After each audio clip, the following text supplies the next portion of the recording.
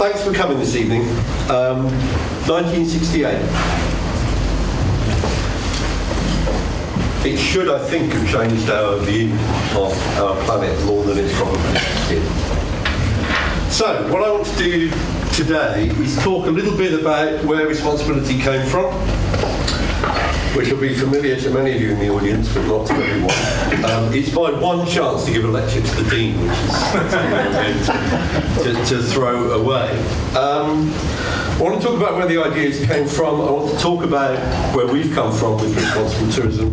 And I want to talk a little bit about the future. And I want to begin by apologising, ironically, on behalf of Simon Press, who's unfortunately not here to see me talk about World Travel Market.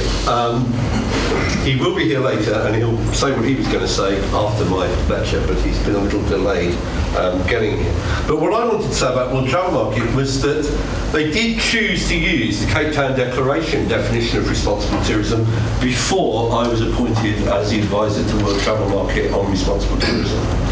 It was not my influence that caused them to do that. So they chose to use it. But this is the old slide I used to use about World Travel Market. Look at the kind of things they're saying now. Responsible tourism has become a mainstream activity at the world's biggest travel market show. That's from their own branding of World Travel Market.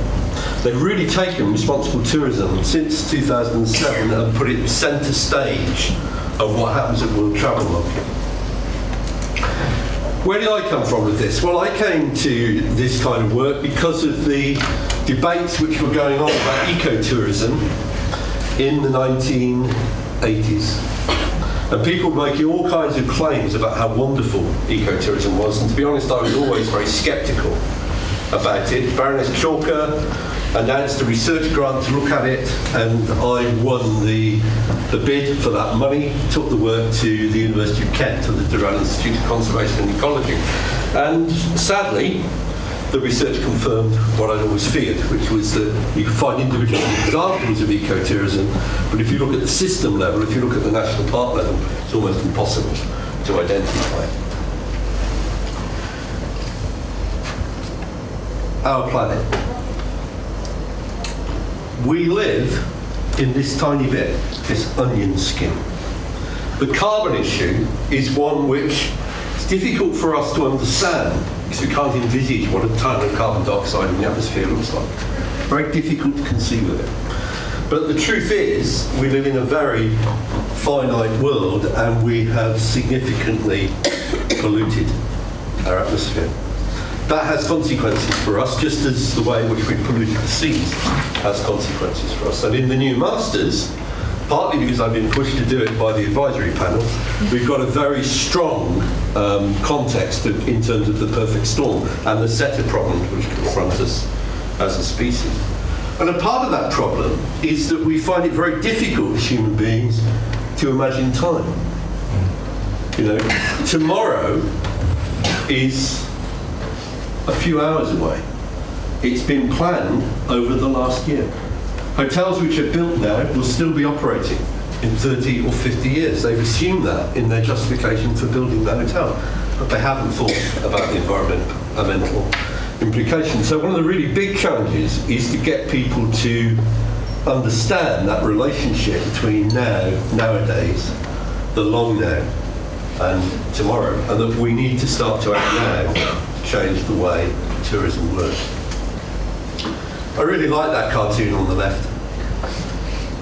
Yeah, the notion that frogs, if they're boiled slowly, boil, seems to me to be something that we should worry about. I'm very much taken at the moment with the work that Daniel Kahneman has been publishing on thinking fast and thinking slow, and the difference between system 1 and system 2 thinking. That, for me, is really the big challenge that we face. It's no longer about the science. It's about getting people to think through what the consequences are, because most of us operate on system 1 thinking. The assumptions we make about the way the world works, like the oceans are infinite, like the atmosphere is infinite, because it looks that way to us. But actually the atmosphere is not infinite and the oceans are infinite, and we have done quite a lot of pollution over the years to the environment. So the whole question of how we get people to understand that is, I think, at the heart of getting people to take responsibility. I'm also very taken with this cartoon, which I know is very small, but basically it's someone talking about how terrible it is, and somebody says from the audience, what if it's a big hoax and we create a better world for nothing? So even if climate change is a hoax, it seems to me that to make the world a better place is a fine thing to do, whether or not the scientists are 100% certain. Certainly they are certain enough that we ought to worry. The other problem is, well, I'll come to the other problem, I'll put these over now. I wanted to put this in because it's a 19th century idea, the notion of really useful knowledge, and that's actually the Manchester Mechanics Institute. It's where the Cooperative Insurance Company first met, and perhaps not talk about that, but it's also where the TUC met in 1868. This is in Dover Street. It's from the same period. It's where I was a PhD student in the Department of Government. I put the SOGAT banner up because, like all PhD students, I claimed that I wasn't very wealthy, and I asked whether I could do some teaching in adult education. And Sheena McKechnie, who was then the tutor organisers for the WEA, said, well, I'll get you a class with SOGAT. And this very naive, headstrong, arrogant 22-year-old went along to teach SOGAT officials about the history of the Labour Party. Halfway through the lecture, had this blinding realisation that they'd actually lived most of what I was talking about, and they didn't necessarily agree with what the academics said had happened. It's made me much more willing to risk saying things in mixed audiences and to deal with the questions which arise. So I'm sure there will be some questions at the end of this. But really useful knowledge was envisaged as the kind of knowledge that provides insight and understanding so that people could change their own lives and change the world. It's the kind of knowledge which would lead to the TUC, to the cooperative movement, to the women's movement, and every other progressive social movement that we've seen. Today, it's called critical thinking in universities, and it's about engagement. It's important to me, because it seems to me that one of our fundamental responsibilities as teachers in higher education is to go around challenging apathy and fatalism. Now, some of you will think that coming from me, that's a bit rich, because I am well known for being a glass half full person. But it is, I have to say, my ambition to fill up the glass. Not to leave it as a glass half full, but to try and find a way of doing it. And that's why this is my major claim to fame, actually, Colin. I am the president of the Timothy Taylor Appreciation Society, which, despite being a Yorkshire beard, where's Sarah gone? I'm going to shop a little bit. Sarah, I'm sorry about this. Despite being a Yorkshire beard, the head office of the Appreciation Society is actually in Faversham. It's a very, very fine beard. But to come back to the academic sources, Gramsci, Italian revolutionary, got imprisoned by Mussolini, who basically threw away the key, wrote some very important prison notebooks reflecting on his experience as a revolutionary. But the first statement in that book is optimism of the will, pessimism of the intellect. And it seems to me that that is why, whilst the glass may be half full, we should continue to try and fill the glass. Now, those of you who are with us today at the conference, the first day of the RTD8 conference at the monastery, saw a brilliant example of the regeneration of a building which was derelict for nigh on 40 years. And it does demonstrate that if we take action, if we work together to do it, we can restore and repair a lot of the damage that we've done. So whilst I might be intellectually pessimistic, I think it's really important, and I think, Colin, that's what you were referring to, is the optimism of the will, that we can actually change this if we do. And finally, the Primo Levi quote, which in my dark moments, I think about a lot. If not now, when? Because that's the challenge. How long can we afford to leave addressing some of these issues?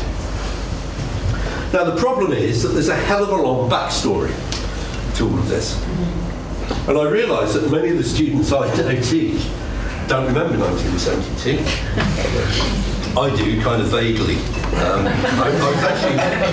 I was actually at York University in 1972, reading politics. And I think back on that course now, it was one of the advanced courses, one of the best places to do politics at that time. Nothing on the environment, nothing on those problems that confronted us. There was a lecture given on the Hutu and the Tutsi, which didn't talk about the environmental causes of that conflict at all. It was presented entirely in terms of an issue of ethnicity, which it clearly wasn't. So, the question you have to ask 40 years on is, have we made much progress? And I think the answer is, we've made some progress, but we haven't made enough. Maurice Strong, who was the Secretary General of that first UN conference on humans and the environment, wrote in 1972 that what was needed was a new liberation movement to free men and women from the threat of their thraldom to environmental perils of their own making. And in a way, the sad thing is, 40 years on, that sounds as fresh as it did when Maurice Strong wrote it 40 years ago. That 40 years is the old working life. Yeah. If I was retiring, Colin, I would be 40 years into my career and retiring. Now, as it happens, I don't plan to retire. But a normal working life, that would be 40 years. That's a long time. You can make a lot of babies in 40 years. But we haven't made so much progress on these really important issues. Now, the other thing to say about tourism, and it's what makes it perhaps different from some other forms of consumption, is that we take our holidays in other people's homes, and this is a long-standing tourism concern campaign. The slogan underneath is actually translated from the Swedish posters put up around the parliament in Ljubljana in Slovenia, which said, "Your everyday life is someone else's adventure." But of course it is.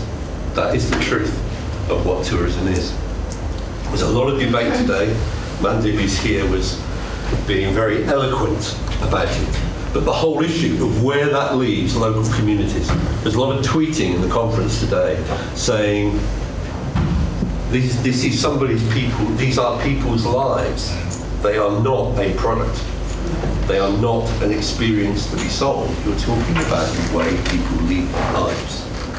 And I think that's something that we too often forget in thinking about tourism.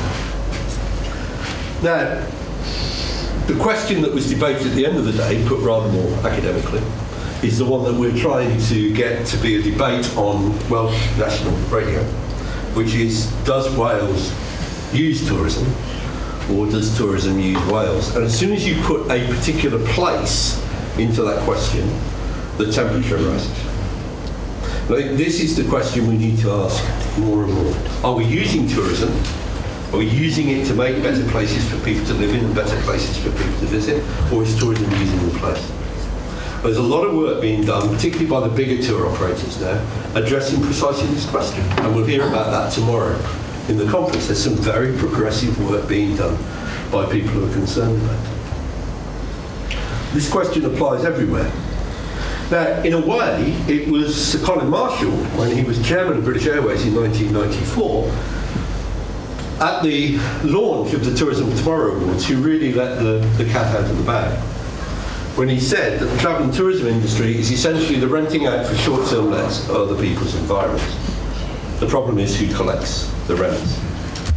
Now, those of you who are at the conference today, I think perhaps the most extraordinary thing that was said in a day when many important things were said was when the CEO of Visit England, James Beresford, actually asked the question, how long is it going to be before there's a tourism tax?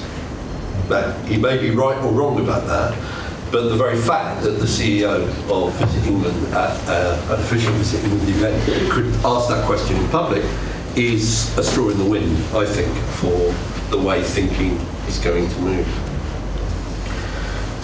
Tourism, after all, is 10%, some will say more, of consumption. It's a big chunk of what we're doing to the world, and of course a lot of it involves flying, which has a direct impact on our climate. We shouldn't forget that it was on Monday that the latest IPCC report on climate change was published. So, how did I get involved in all this? Back in the mid-90s, I was asked by VSO if I'd help them with a campaign for ethical tourism. We were very brave at the time. That resulted in the end in a piece of work that I did, funded by VSO, for the Association of Independent Tour Operators.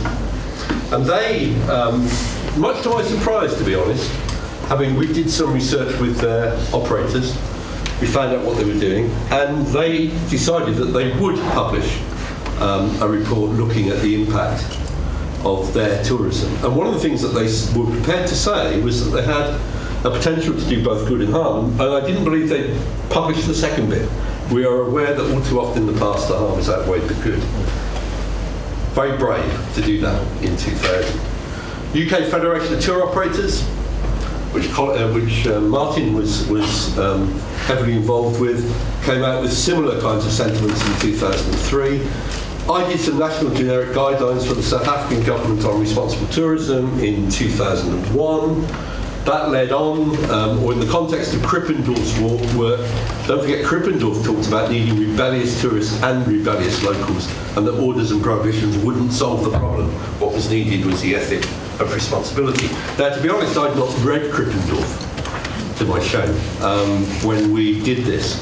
This is the actual slide that was used in Cape Town, the relationship between the UNWTO Global Code of Ethics, the principle of triple bottom line sustainability, this critical addition, the notion that you might do something about it, the taking and exercising of responsibility, and the key notion that you can't leave that responsibility to other people, that it's about what you do, which is hi Simon. Sorry we have to start. We heard from the marketing director at Shearings today. Very good presentation, I thought, but it was her boss who said at one of our conferences, and I wish I'd said this, responsibility is free. You can have as much of it, or you can take as much of it as you can handle. Cape Town Declaration, for many of you, you'll be familiar with this, that was 2002. The notion of responsibility being about accountability, but also the way you respond to things, the responsibility, your ability to respond to the problems and to do that in a way which has practical wisdom so that you avoid the fact that the road to hell is paved with good intentions. That's the challenge, to avoid that. So, from sustainable to responsible. They're not the same thing. The key thing about responsibility is that it's about doing specific things about specific issues in specific places and recognising that the priorities vary from one place to another and doing it in a way which enables you to transparently demonstrate what you have achieved in order to make tourism better. Irresponsible tourism. It's really hard to get people to take photographs of this. We will see it, but we don't photograph it. But this, I think, is unquestionably Angkor Wat. People clambering over the ancient temples and so on. So, for me, it's this notion of taking responsibility, accepting accountability, reporting transparently, being clear about the outcomes that you desire, about empowering consumers and communities to make the change, and using regulation and legislation to deal with the laggards. Because if we don't do that, then those people who are doing the right thing are massively disadvantaged by those who continue to behave badly. I have a general interest in responsibility. I occasionally manage to get around to blogging on another site that I run, which deals with responsibility in a more generic way. And we have a presentation tomorrow from Simon Robinson, who's at the back, about responsibility and the credit crunch and the health service, because I think it's important that we don't just think about responsibility within the context of tourism. Have we made progress? Not enough. For a range of reasons. We too often we say something's sustainable. We heard a lot of that today, actually. We say something's sustainable just to say it's okay. We don't actually mean it's sustainable in any technical sense of that word. We have long lists of issues and we deal with the easy things. We don't necessarily deal with the important things. We don't prioritise. Gamekeepers can become poachers. And there's been, of course, a massive growth in outsourcing, which I think will be one of the major issues over the next 3 or 4 years in responsible tourism. John, I'm sorry, I don't have a better image of the donor, as it's disparagingly called. I actually really rate this graphic from APTA because what it does is demonstrate that we want rewarding jobs, we need to take responsibility in a finite world, and the objective is to create thriving destinations. And companies need to pay a fair amount of tax. That, if you look at it, is half the purposes of ABTA. I know there are some people in ABTA who are tired of seeing this, but for me, it's a real marker in the sand of a change in policy. ResponsibleTravel.com, the notion that these will be better, more enjoyable holidays is, I think, really important. The Responsible Tourism Awards that I have the privilege, really, to chair the judges of every year, designed to educate, inspire and challenge, and we have last year's overall winner in the room. I won't embarrass you by asking you to stand up, but it's an absolute pleasure that you're here and that you'll be speaking tomorrow, because what Elise and her group with TUI Netherlands have done is to take responsibility another stage. They've said to their customers, there's a problem about this, we need to do something about it and we want you to help us do something about it. It's a really remarkable achievement from TUI Netherlands. And Elise, I've said it to you before, but I'll say it again, I really applaud you for that. It's a very big step forward, both for you and for TUI. Delighted.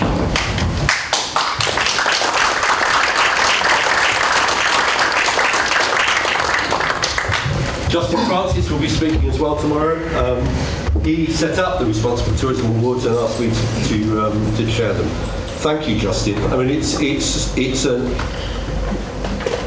it makes you feel optimistic when you see what people are doing every year. It's one of the best things I do every year, and most of the judges who are part of that would concur, I think.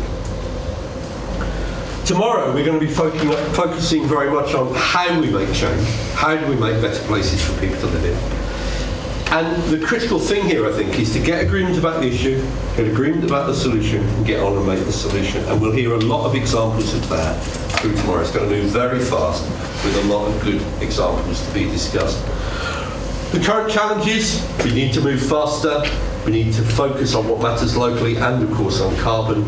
We need to challenge the irresponsible and the greenwashers, of whom there's still a lot around. We need to measure and report, and we need to inspire.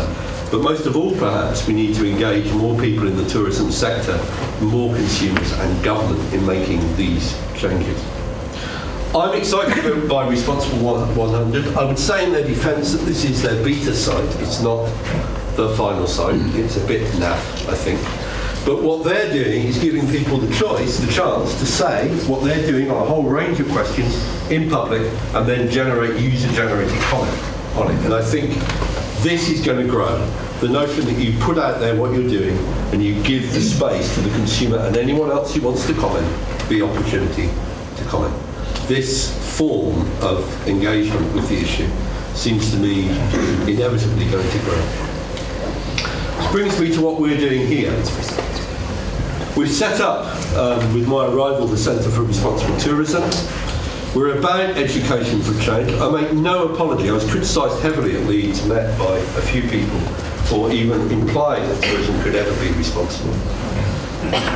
To claim that tourism can be responsible is not to greenwash. It is to say tourism could be better than it is. That's all it is to say.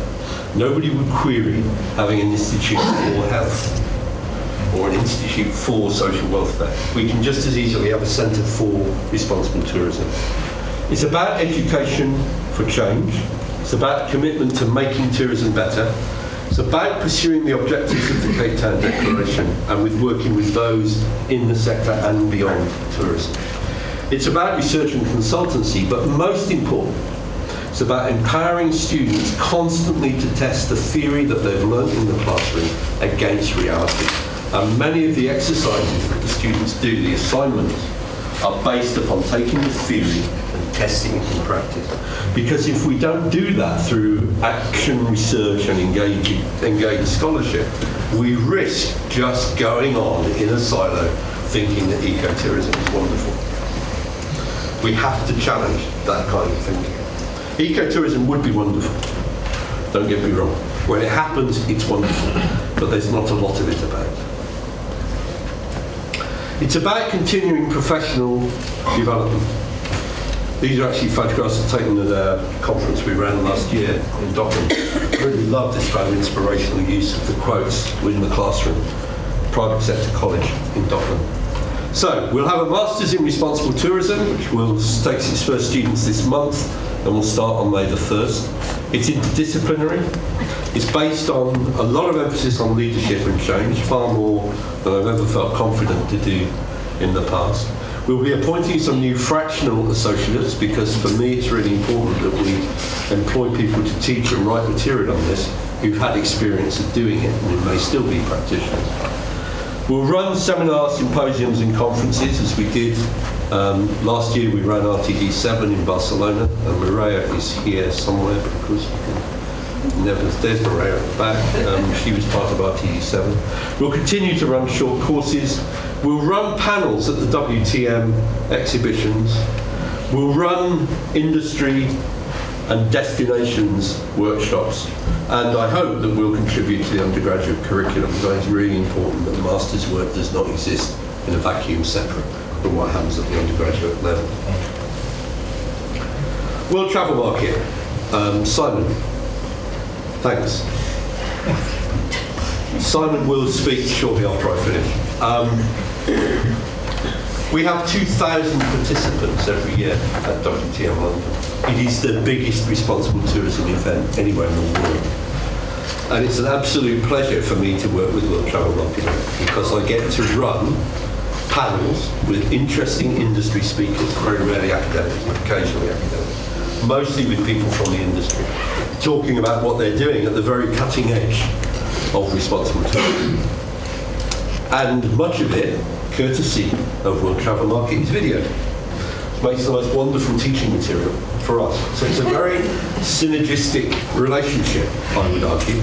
But it's a real opportunity for us to get to talk to 2,000 people every year about developments in responsible tourism and to push the agenda. And it's really exciting for me that we extended the programme, the Responsible Tourism Programme, to Sao Paulo last year. This year we're going to add WTM Africa in Cape Town, and I hope next year that we're going to add WTM Arabia. WTM, World Travel Market, have pushed responsible tourism across their entire leisure show programme, across the leisure show portfolio. It's a really big step for responsible tourism to have that kind of industry engagement with it. We also have international centres for responsible tourism. Some of the people from those centres who can't be with us tomorrow will be with us on Saturday on Skype. Some of them getting up very early to Skype in from Australia or from Canada. That will be exciting to hear those voices come in. The picture there, the Inspiring Futures, was actually taken in Barcelona last year. This photograph, Adam, where are you? Adam Abar has the land for this building, and he is determined to build. You think, if anybody thinks I'm an optimist, they should meet Adam. Adam is the ultimate optimist. He plans to build that building for teaching tourism, the Institute of Travel and Tourism of the Gambia, and for the International Centre for Responsible Tourism in West Africa. It is a very noble objective. We have an advisory board chaired by Martin Brackenbury, who's here. I'm not going to go through all the names, but 8 of those 10 members of the advisory board will be with us during the conference. And for me, these people are the touchstone to ensure that we remain relevant to the industry and radical. As Manda would have it, that we continue to be positively deviant. Are we doing all right today, Manda? On track, I reckon. That is high praise. I'll pay you later. Our research agenda, local economic impact, focusing on sourcing and labour conditions. We have 2 PhD studentships which we're about to announce and will be advertised and recruited for very shortly. We will have a major research group working on managing tourism and destinations responsibly. And I'll be in the position to say more about that in a month or so's time. But that is definitely going to happen. We have work starting on human rights, and Eddie Helpin, who's at the back. And he was my first boss at Leeds Met. So Eddie, it's a real pleasure to see you here. But Eddie tomorrow will be running a workshop on human rights. Eddie is by background a human rights person rather than a tourism person. And because we've got good conservation biologists here, we'll do work on tourism and protected areas. Particularly exciting for me because the conservation biologists at Manchester Met have the academic partnerships with Mweka, which is the Wildlife Training College for Southern Africa. We're also going to have a new interdisciplinary book series on sustainable consumption and production with Goodfellow publishers, who are trying to sell my book outside. So, please support their work. Tim is still outside. So.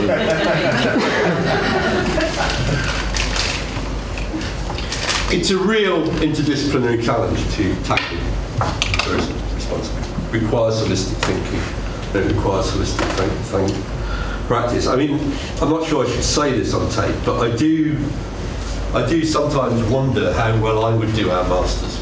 I mean, it's one thing to write the thing, it's quite another to have to study it.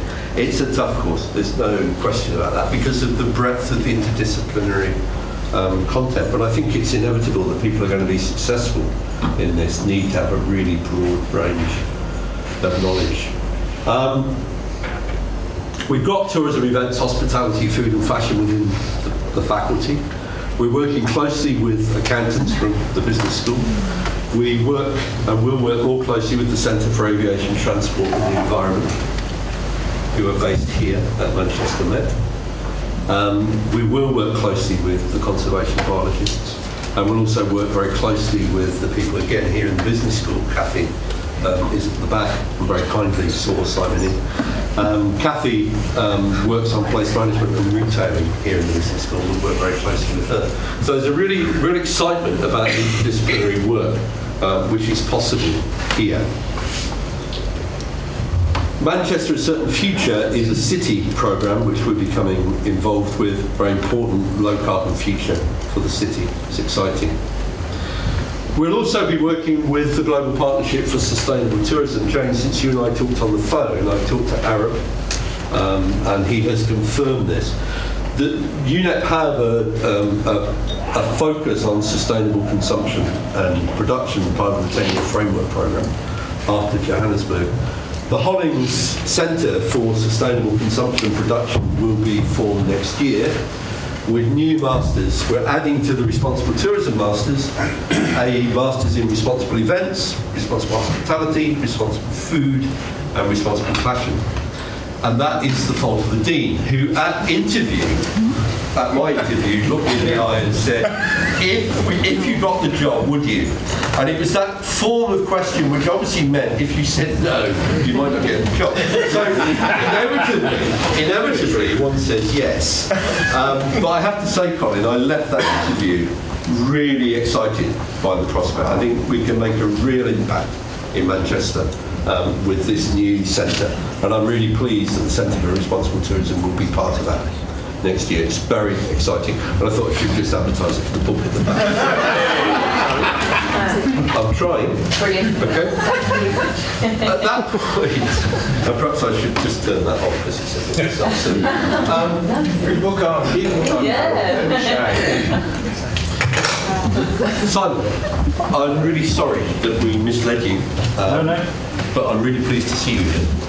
Simon Press is the show director for World Travel Market. and a very important part of why responsible tourism has flourished at World Travel Market. Simon also joined the judging panel for the Responsible Tourism Awards, which I think you've enjoyed, Simon. I did.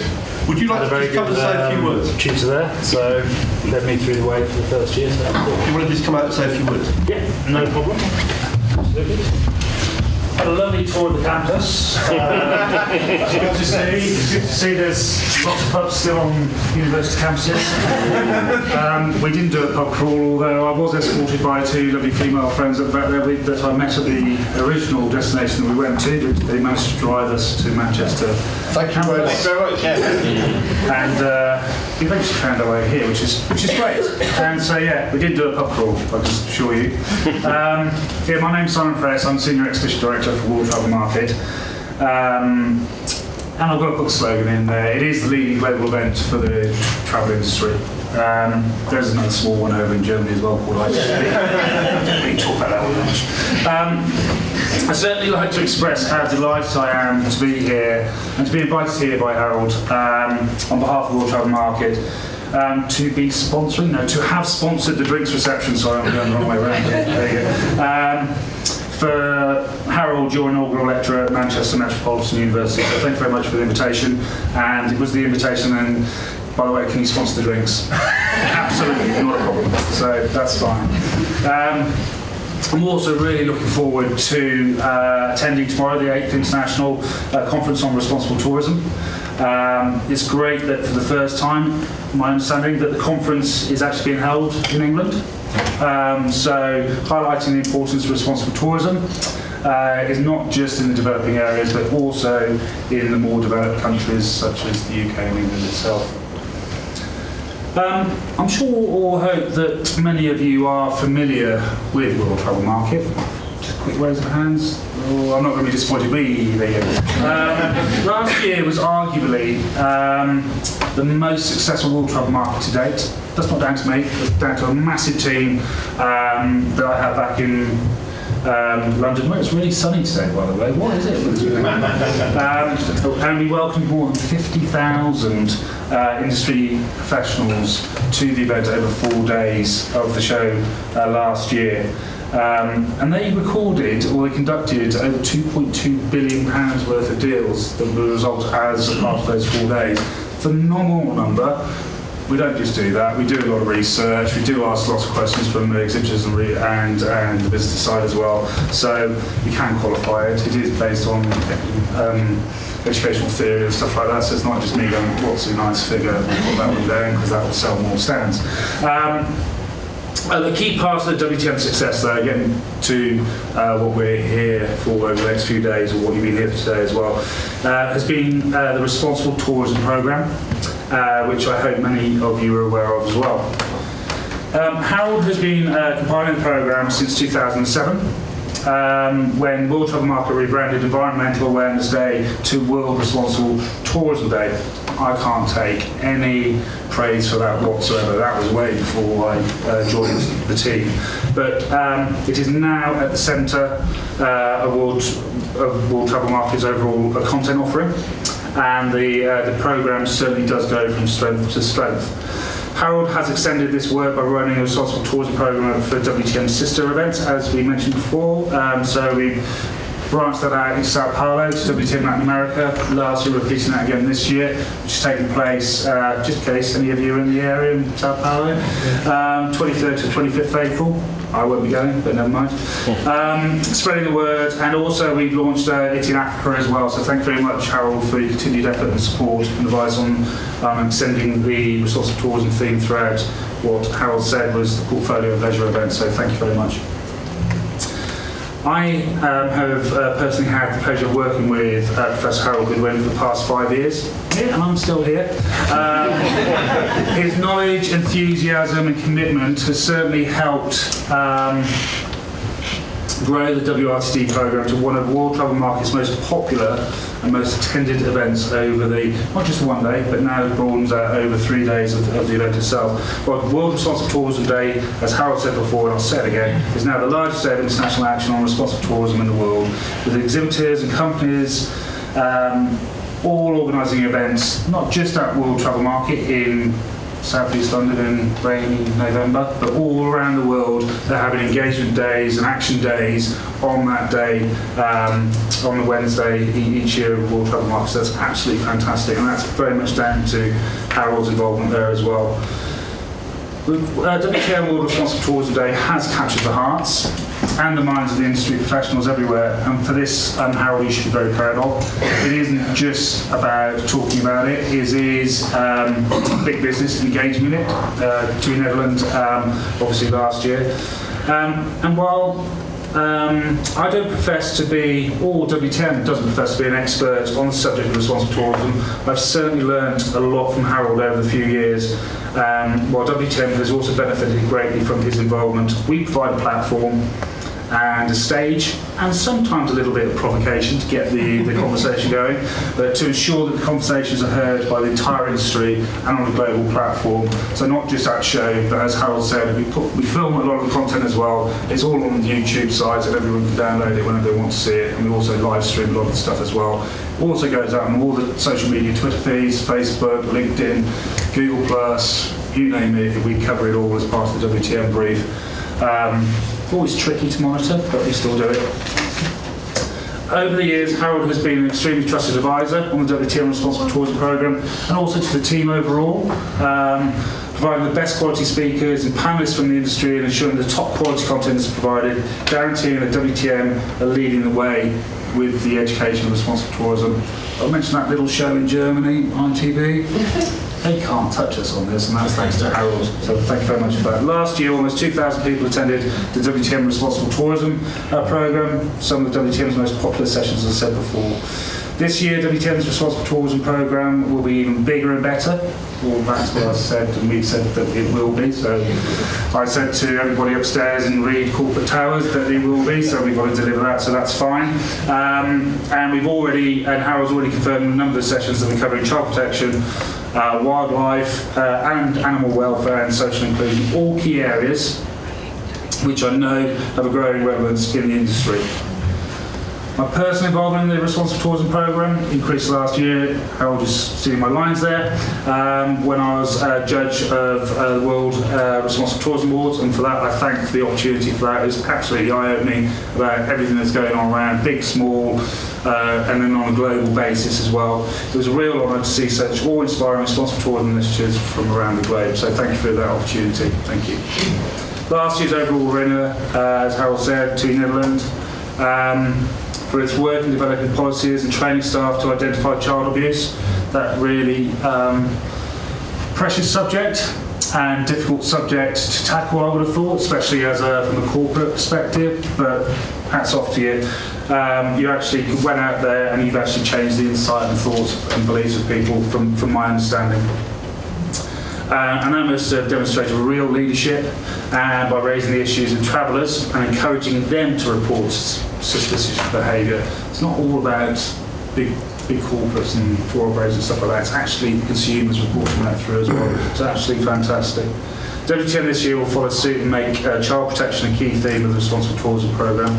I hope to see many of you there.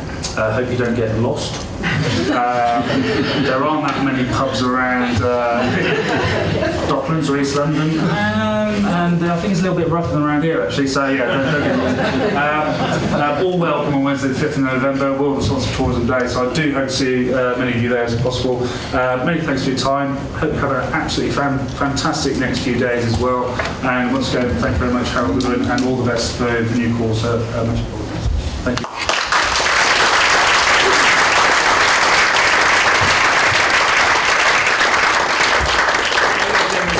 Question time. Professor Harold Goodwin. Don't be so reticent, ladies and gentlemen. The man is here. He's ready to rock and roll. Are you not, Harold? Anyway, yes.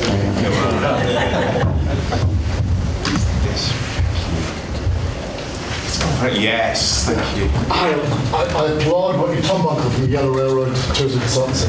I applaud what you've done and what World Travel Market has done to internationalise awareness of responsible tourism and lead forward. That is not it's a question there is an answer to, but I want to start the debate about the elephant in the room. And that is, I do a lot of work in emerging economies and almost emerging economies. And the big markets that we're going to see over the next few years, the emerging markets, don't have the same attitudes or concern either about the destinations. And I think we're preaching very often, as always, to the converted, the white, Western, metropolitan, middle class consumers who have the money and are able to afford to go to these countries. I'm not talking about developed destinations, I'm talking about emerging destinations.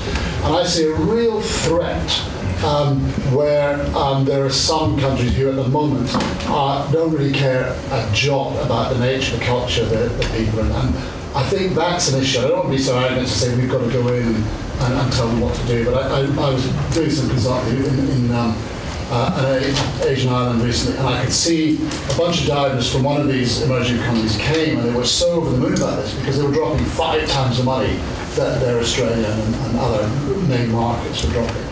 And then you add to that things like corruption. Even the people who understood it couldn't do anything because the mayor was taking a bit of money off it, and the short-termism, and that applies to bushmeat and all those other things. I'm not asking for an answer to corruption, but I am saying that I think we need to be aware that there is an elephant in the room we're afraid to talk about, sometimes because we're afraid to characterise something as a trait of a country and being racist. But actually... Tom, I absolutely understand the question, and I, like you, am very concerned about it. And clearly, the old model assumed that British outbound tour operators would continue to be very influential in destinations. And of course, with the changing patterns of travel around the world, the UK outbound market is less important than it was at a global scale. That's the reality. So we start to work more with the Europeans, but we're still not significant enough. One of the reasons why the conference hasn't been to Britain before is because it seems to me it's really important to take the idea of responsible tourism to other emerging markets. We've had actually quite a lot of success in India, which is one of the places that people fear in terms of the very large numbers of Indian tourists who are now coming out and travelling. We need to be taking these ideas to other countries, but we also need to do that in a way that accepts that words like responsible don't translate easily between cultures. And it's not a matter of the word, I don't care what the people call it.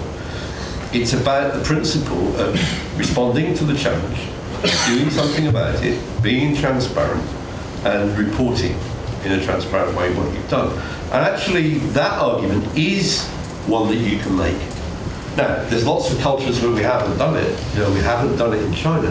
But then you look at what's happening in China around sustainability, and we see one view of that in the British media. There's a lot happening in a very positive way in China. There's a lot happening in India. I mean, some of the best hotel environmental schemes, in my view, are in India. It's very easy to dismiss what's happening elsewhere, partly because we're not familiar with it, and partly because it's described in other places, and partly because it's in another language and using concepts that we don't necessarily use. And for example, I know that there are more papers, more practical work being done in China on using tourism for poverty elimination than there is in the rest of the world put together. The trouble is, I don't read Mandarin, and they don't read English, and there's no dialogue. Now, we need to find ways of overcoming challenges like that. But I absolutely accept the challenge, but optimism of the will. Yeah. We need to crack on. So we know it's been a really long day, and we know there are people who need to catch trains, but is there anybody who's got a question which is burning inside them to ask Harold? I thought he was leaving then. Anything burning? No? Smouldering? For me, that's the key area, what you've just been talking about. Intercultural perceptions and responsibility. Yeah. I'd love to hear a little more about the kind of dialogue that you want to encourage. Has there been much of that dialogue? Right, okay. There hasn't. I mean, one of the problems is that a lot of the dialogue, I mean, Simon, unfortunately, has just left. He's one of the people who's been heavily involved in this. You go to a destination, Ricky, you might want to comment, I don't know, I'm not going to put you on the spot. Or Joe, you might. But the trouble is, you go to a destination, you try to talk to the hotels about how they should improve their environmental practices, and they say, well, if you don't want to use our hotel, that other people will come. But that, in a way, isn't perhaps the best place to be having that conversation. because perhaps the conversation should be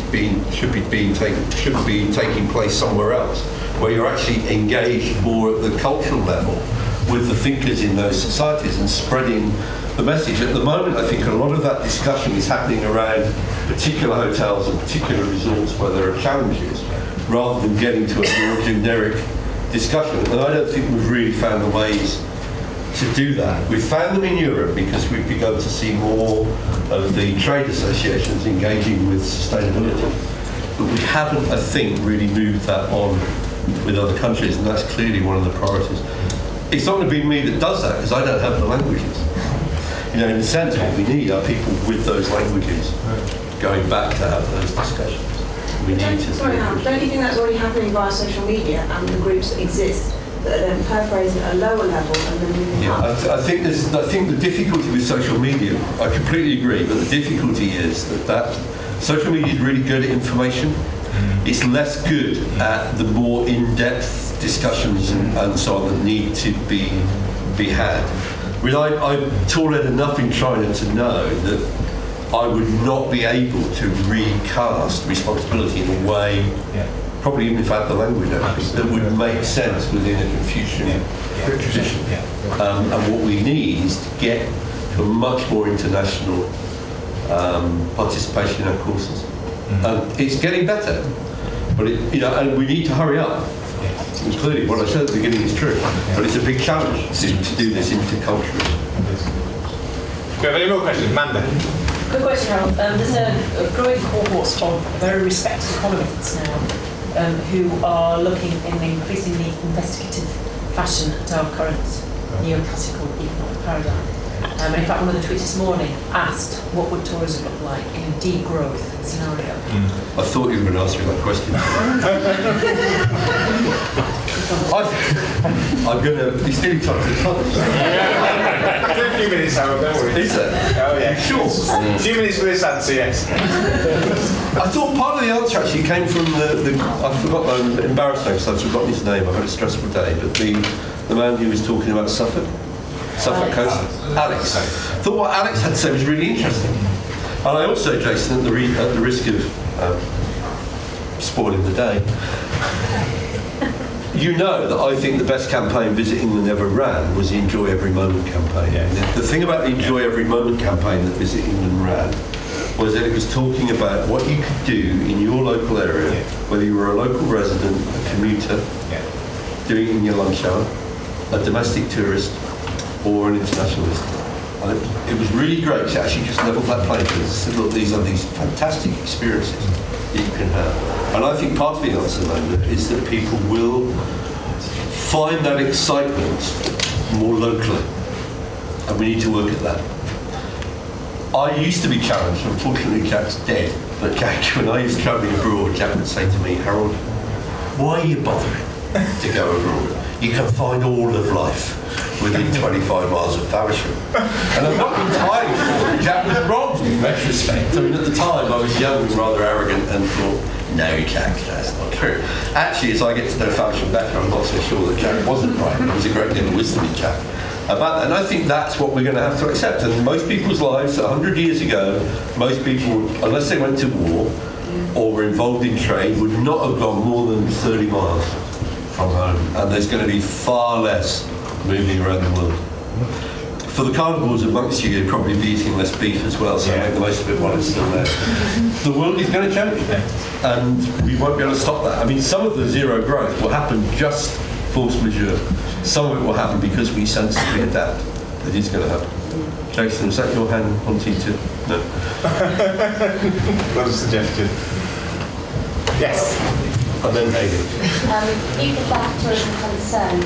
I wanted to pick up on a point that was raised a couple of times as well, that in responsible tourism we seem to have a lot of positive case studies and examples that have done well, but we know that the ambition needs to be to bring this into the mainstream.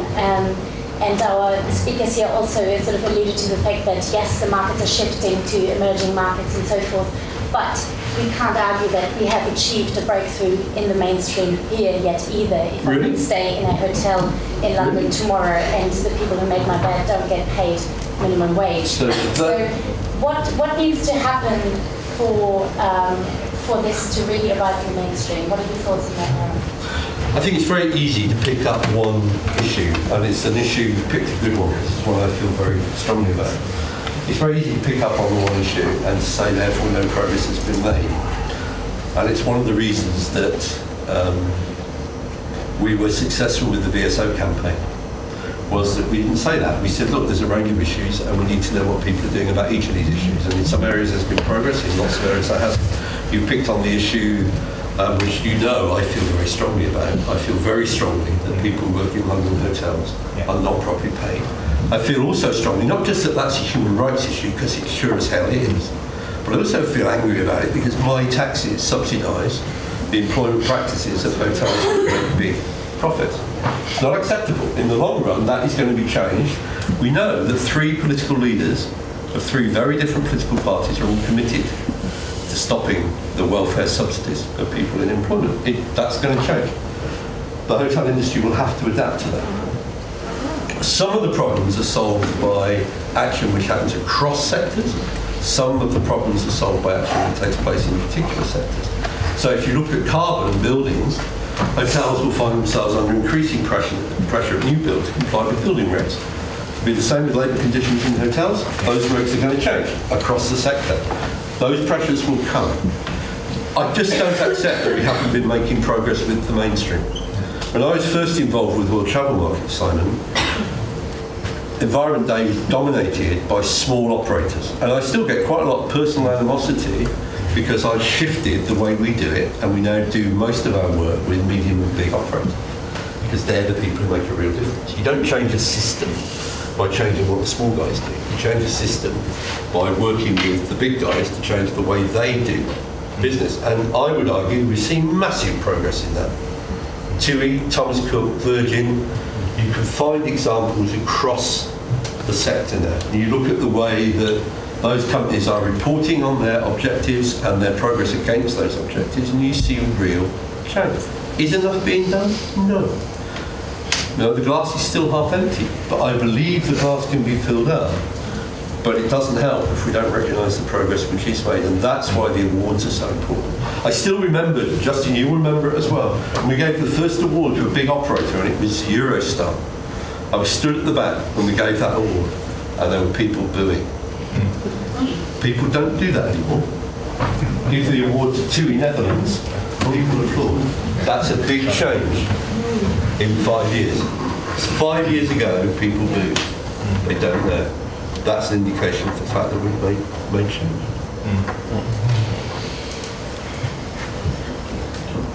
I think we should close now because everybody's got a corner.